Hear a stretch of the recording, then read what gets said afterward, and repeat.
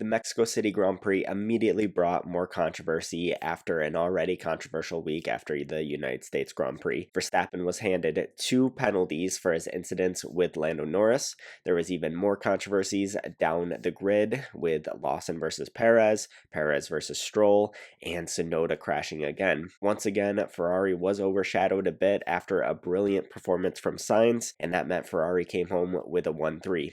Let's get into all that and more. Hello everybody, my name is Michael, and welcome back to Last to First.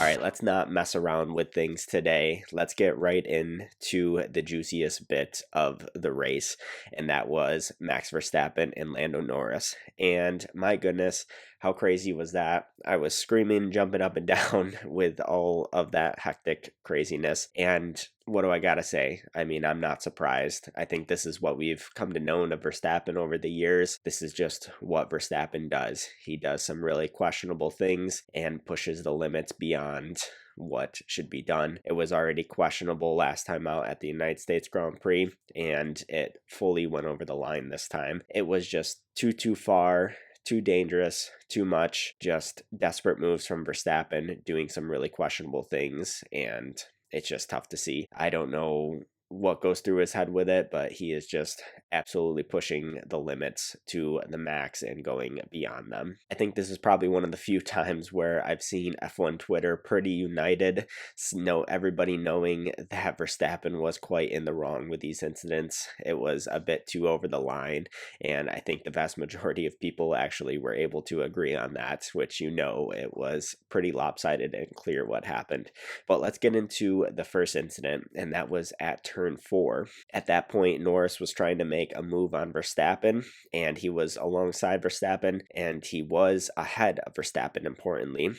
He was ahead of his mirrors, which means in the new guidelines for overtaking that Verstappen should have given Norris a bit of room. Instead, Verstappen, completely pushed him wide and sends Norris off the track. This time, as opposed to Austin, Verstappen did manage to keep himself on the track. However, because Norris was ahead to a significant margin, and Verstappen pushed him off. That means that he got a penalty. He got a penalty for forcing him off the track, and it was a big one. It was a 10-second penalty, and that one was maybe slightly more marginal than the next incident, but I think right from the get-go, it was pretty clear that that was likely going to be a penalty. It was just too over the edge there, and yeah, with that 10 seconds, that already had a very crushing impact on his race because he was fighting for the win, at least at the beginning stages. And then we get on to turn 8. In that same lap, Verstappen sends a lunge of all lunges up the inside that was already late, and he didn't even come close to staying on the track. I'm not even convinced that he tried to. Maybe he got a little bit of understeer, but he didn't even come close to making it, and it completely pushed Norris wide once again, and he really dangerously cut in front of Norris. I was so shocked to see that. He completely cut across Norris, and I was convinced that they were going to get into a crash because it was so dangerous, and it almost took off Norris's front wing. Like I said, it almost got them into a crash, and then Verstappen kept the position afterwards despite pushing Norris off the track and getting the position off the track, and because of that, he got another 10-second penalty for leaving the track and gaining an advantage. And just like that, Verstappen had 20 seconds worth of penalties all in the course of 4 turns, and it was not good. It was pretty grotesque, pretty not acceptable for the standards that everybody wants to see in Formula 1, and unfortunately, because he is in one of the fastest cars, he still managed to climb back up through the field after the 20-second penalty and wind up, I believe it was like P6, and still got some decent points. But yeah, it definitely was very clear that those incidents were not okay. They were over the line, and I think he was penalized accordingly for it. It'll be interesting to see what happens going forward, how the guidelines are changed, if at all. But yeah, I think we can see that these guidelines are causing a bit of mayhem right now. All right, so after my soapbox about Max Verstappen, let's get on to another big talking point of the weekend, and that is, of course, Sergio Perez. what a god-awful weekend he had. He qualified P18, he finished P17, and that was for the third time this season, which is absolutely bonkers. He had incidents with Lawson and Stroll, and he was off the pace. I mean, in the race during qualifying, it was just a really horrid weekend for him. If Red Bull keep him in the car for next year, I think they are genuinely, truly confused. There's an argument to even take him out for the rest of this year. I mean, I know there's only a few races left, but he is costing Red Bull so many points every weekend. It is getting pretty insane. But yeah, let's get on to his incident with Liam Lawson, which was pure, just absolutely out of the movies. He had a super duper late and really tight and close lunge down turn 4 on Lawson, and Lawson was fractionally ahead at the apex, which is probably why he did not get penalized. But yeah, overall, it was a really spicy move from Perez. He really tried to make a gap that probably wasn't really there, and he was trying everything he could to get a hold of him, or get ahead of him. I think the incident was probably on both drivers. Lawson didn't back out and Perez didn't really leave any room, so they made contact through turn 5, and that really ruined Perez's race even further than it was ruined before. I think if anything, it was probably a bit more on Lawson in that case, just because he probably should have backed out of that move after Perez was squeezing him, and he was not completely alongside him after the apex. But Perez could have also made life a little easier if he did give Lawson a little bit of more room, and if he didn't make such a late risky move on Lawson into turn 4 at the first place. I think that certainly would have been more beneficial for Perez to not do that. And of course, if he just didn't qualify so poorly, then he wouldn't be in that position to begin with. Now moving on to Perez's second scenario, he was fighting with Lance Stroll because of the damage that he got on his car from the Lawson incident. And I don't really know how Perez didn't get a penalty for it. I mean, it was him coming up the inside on Stroll, and Stroll was nearly mirror to mirror with Perez, and Perez just did not leave him any room when he should have, and just ran him wide off the road. And it wasn't even investigated or anything. It was kind of strange. I don't know how he didn't get a penalty for that, but I guess his race was already ruined regardless by then at that point. I think it really just shows how his frustration was boiling over after the Lawson incident and how terrible of a weekend it was overall for him. Of course, it was his home race, and he did not do a good job at all. He was hoping to get back onto form this time out in front of his home crowd, and it was one of his worst weekends of the race of the year. So let's talk about Liam Lawson a little more, and he had quite the scruffy race there. He had obviously the incident with Perez, and then he had another incident with Colapinto. But one thing that wasn't broadcasted, but we did see from the onboards that I wanted to talk about, was him flipping off Perez when he passed him the second time. I mean, that's absolute scenes. That's really hilarious. I can see those two have some bad blood between each other. Of course, Perez is likely going to lose out a seat to Lawson, and Lawson is trying to take Perez's seat, so there's no surprise that there are some tensions there. But that was a bit spicy from Lawson, and even though Red Bull probably want to put him in the car, that probably doesn't look too good for Lawson to be doing that, but it was really hilarious, and I do love to see the drama. Now let's talk about Liam Lawson's incident with Colapinto. Lawson was trying to pass Colapinto up the inside into turn 1, and they were both side by side going through turns 1 and 2, and Lawson probably should have left Colapinto a little more room since they were completely side by side.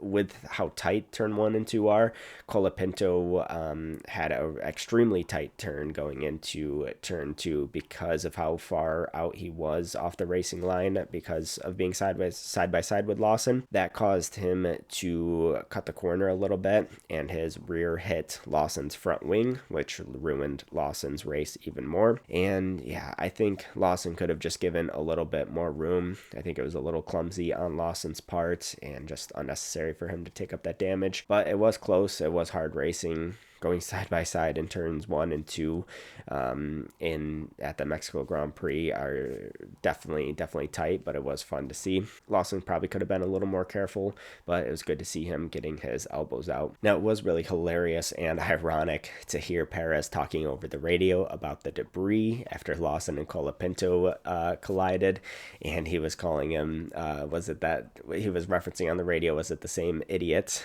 meaning Lawson, after their incident. And it was just hilarious and ironic because Perez was P15 at the time and just having an absolute trash weekend the entire time. So I think that's really great of Perez to talk so highly of Lawson when he was having one of the worst weekends of his year. Once again, going under the radar this weekend was Ferrari in general, but particularly Carlos Sainz.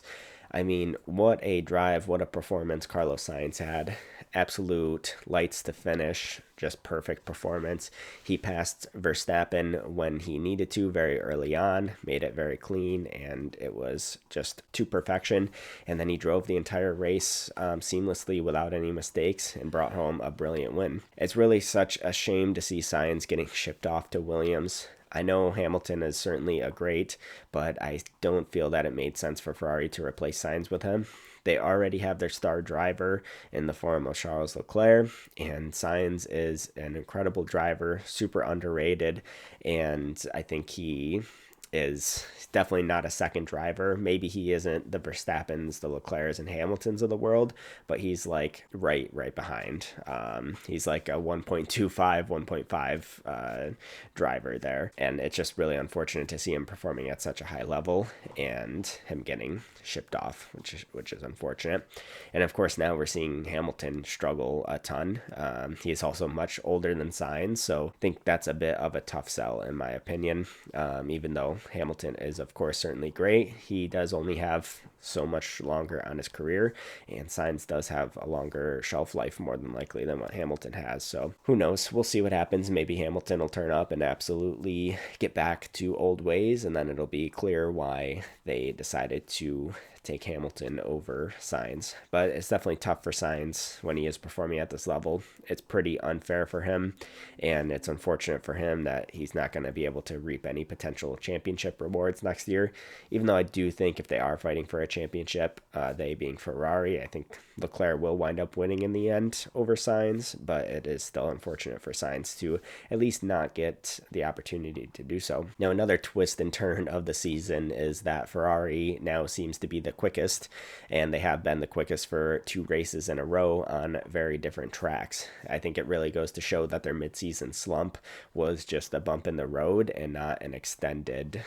crisis that they're having. It's really crazy to see them now all of a sudden ahead of McLaren after McLaren's resurgence this year, and of course Red Bull have had all sorts of problems, but it's still crazy to see them ahead of both of those teams. And it's just great to see another team up there fighting at the front of the grid, particularly with like Mercedes still struggling. It's nice to see 3 teams in the form of Ferrari, McLaren, and Red Bull fighting for wins. And while I don't think it was necessarily good for Ferrari to replace Sainz, Hamilton must be thinking he made another great team change at a great time, because if Ferrari keeps this up, then Hamilton's going to move from a struggling Mercedes team to a potentially championship fighting team next year at Ferrari. Speaking on Mercedes, their drivers had a fun battle for many laps of the race. Russell was on an old package and he did have a damaged front wing, but he was still better than Hamilton and faster than Hamilton for the majority of the weekend and the race.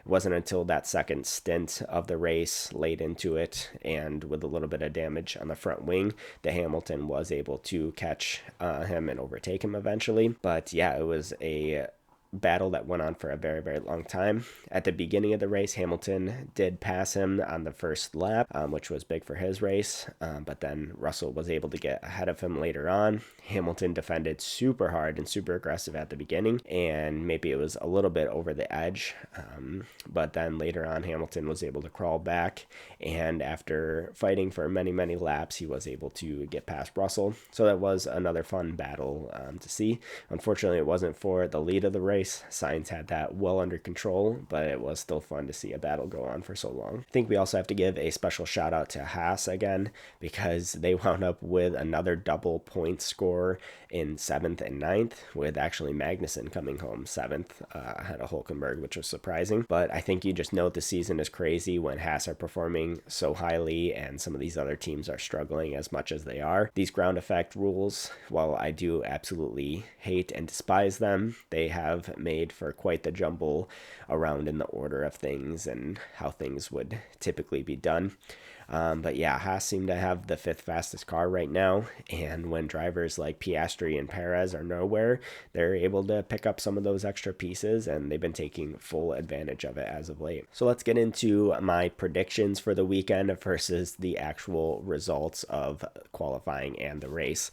So starting out in qualifying in P5, I was predicting Oscar Piastri, and that went exactly according to plan because he got knocked out in Q1, and what a shocker of a weekend he had. He didn't have a particularly good weekend at the United States Grand Prix either, but I think this one was even worse. But nonetheless, he was out in Q1, and Russell was the one that wound up in P5. P4, I had Lando Norris, and it wound up being Charles Leclerc, which, given who was on pole, it was a bit of a disappointment for Leclerc, I would say, but still a solid result. And with how long the run is down to turn 1 at the Mexico track, it wasn't the worst position to be starting off in. And of course, it worked out rather well when Norris and Verstappen were battling later on. But P3, I had predicted that it would be Carlos Sainz, and it wound up being Lando Norris. P2, I had Verstappen, and it was in fact Verstappen. And P1, I did have a Ferrari driver as my prediction, but it wound up being Sainz, even though I predicted Leclerc. And yeah, Sainz was just on fire again. He's been the form, he was the form Ferrari driver over this weekend, and you could argue maybe even more so over last weekend as well. But yeah, really great performance for Ferrari again. Now for the race in P5, I was predicting Oscar Piastri, which of course he did not come anywhere near because he had such a poor qualifying result and didn't make up as many places as maybe I thought that he would throughout the race. If he would have got a few more positions off the start like Perez did, then I think it could have been a different story, but he did get stuck there for a little while. But in the race, it wound up being Russell in P5. P4, I had Lando Norris, and it actually wound up being Lewis Hamilton, which I didn't expect Mercedes to get a result like this weekend. It was a little bit fortunate with for them, with like Verstappen having the issues and Piastri having the qualifying issues. They were, 30 plus seconds behind the lead, so they were nowhere near the podium or for a win, but they still did manage 2 cars in the top 5, which was a good result for them. P3, I'd predicted Carlos Sainz, and it wound up being Charles Leclerc. He could unfortunately not quite hold on to P2 in the race, and that wound up being Lando Norris, of course, who wound up in P2 when I had predicted that it was Charles Leclerc in P2. P1, I had predicted that Max Verstappen would get back to winning ways, and of course it was Carlos Sainz. Verstappen still has not won a proper Grand Prix since the Spanish Grand Prix, which is absolutely bonkers, and he had another really challenging weekend after all of his penalties this time out. My masterclass of the weekend, I went with Liam Lawson, and he had a tentatively good weekend. Probably not the best of ideas for him to run into Perez like he did and then flick him off later on in the race, and he probably could have been a little more careful when he was racing Franco Colapinto, but overall I would still say it was a net positive for him regarding his hopes of getting the 2025 Red Bull seat, because Perez had an absolute bombshell of a weekend, and Tsunoda crashed twice, crazy enough. So overall I think it was probably still positive for Liam Lawson. My disaster class of the weekend, I had Yuki Tsunoda, and that was definitely a disaster class for him. He crashed twice.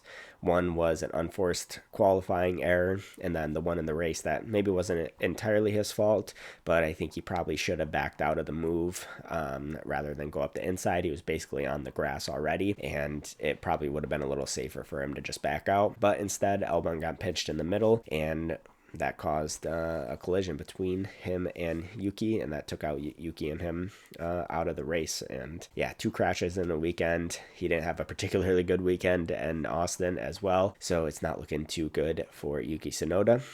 At a time when Perez performed so poorly, Yuki really needed a good result, and he did exactly what I thought he would do, which is buckle under the pressure.